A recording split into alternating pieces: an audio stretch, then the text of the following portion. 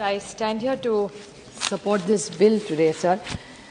In a nutshell, the objects and the reasons of this bill, it says the Article 342 of the Scheduled Tribe, where the President may respect any state or union territory where the state, after consultations with the governor, would specify that the tribes and tribal communities as a part of groups within the tribal communities, which shall, by the purpose of constitution, be deemed to be scheduled tribes.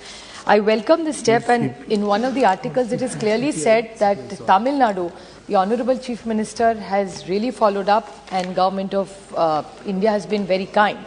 Let me go back a little bit in time, because sir, what has happened कि जिस राज्य से मैं आती हूँ, कई सालों से वहाँ 3-4 मांगे हो रही है। एक तो धनगर समाज की बड़ी मांग है कि उनको ट्राइब में धनगर, महाराष्ट्र मराठी में धनगर कहते हैं, नॉर्थ में उसी को धनगढ़ कहते हैं।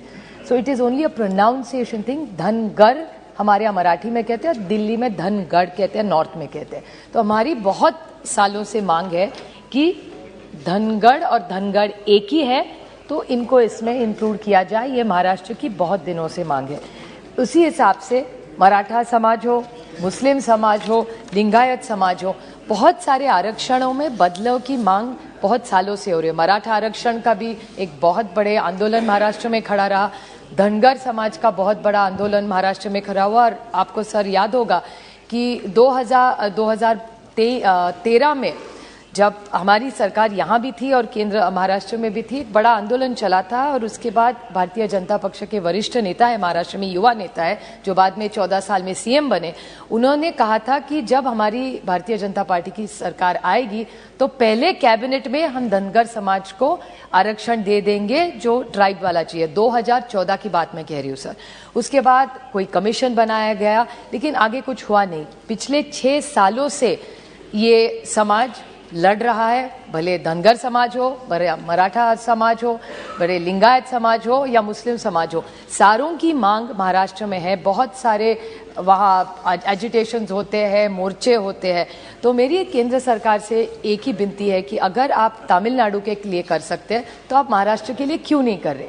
और ये भी आपके 3 बिल इंट्रोड्यूस हुए, एक उत्तर प्रदेश का है गोंडा के लिए, एक है, तो पीस बाय मील छोटा छोटा एक बिल लाते। क्यों नहीं आप ऐसा करते कि आपकी सरकार इतनी बड़ी 303 की अपनी इतनी बड़ी यहाँ आपका स्ट्रेंथ है, महाराष्ट्र में भी आपकी सरकार है, यहाँ भी आपकी सरकार है, तो ऐसा क्या है। और हमारी मांग क्या है कि धनगर, मराठा, लिंगायत और मुस्लिम जो रिजर्वेशन मांग रहे हैं, जो आरक्षण मांग रहे हैं, उनके दे दीजिए।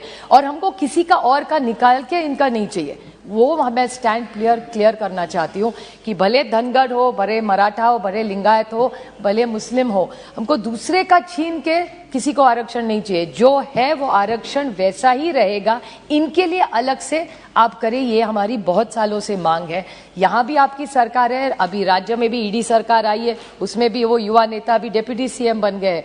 तो उनका जो भाषण है मैं वही बोल रही हूँ कि उन्होंने कहा था पहली कैबिनेट, उसके बाद हफ्ते में एक तो कैबिनेट होती है, 5 साल में पता नहीं कितनी कैबिनेट। मेरा तो गणित इतना अच्छा नहीं है, लेकिन हर हफ्ते की आप ही के लिए 200-300 कैबिनेट तो हो चुकी है। अभी तक तो धनगरों का आरक्षण मिला नहीं है, ना मराठा समाज को मिला है, ना लिंगायतों को मिला, ना मुसलमानों को मिला। मेरी सिर्फ केंद्र सरकार की विनती है कि ये पीस बाय पीस मील जो आप लाते हैं, उस हिसाब से एक व्यापक तरीके से इन सब समाजों की जो मांग है वो पूरा एक कॉम्प्रिहेंसिव बिल बनाइए और आप चर्चा कीजिए। इसी से एक बदलाव अच्छा आ सकता है सर। Thank you.